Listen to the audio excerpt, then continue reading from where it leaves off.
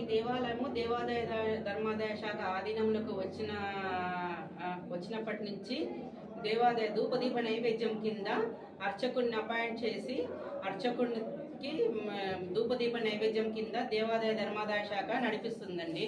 ఇప్పుడు భక్తుల సహకారంతో భక్తులు దాతలు ఎవరైనా ముందుకు వస్తే దినదిన అభివృద్ధి చెందుతూ పలు అభివృద్ధి కార్యక్రమాలు చేయడానికి కూడా డిపార్ట్మెంట్ సహకరిస్తుంది.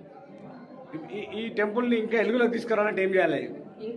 ఇంకా వెలుగులోకి తీసుకురావాలంటే రాజగోపురము, తర్వాత చుట్టూ ఇది అర్చక రూమ్లు, ఇవన్నీ కూడా చేయాల్సిన చాలా పనులు ఉన్నాయి.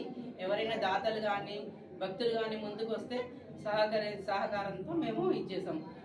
దేవాలయ పునః నిర్మాణం కూడా చేయడానికి అవకాశం ఉంటుంది.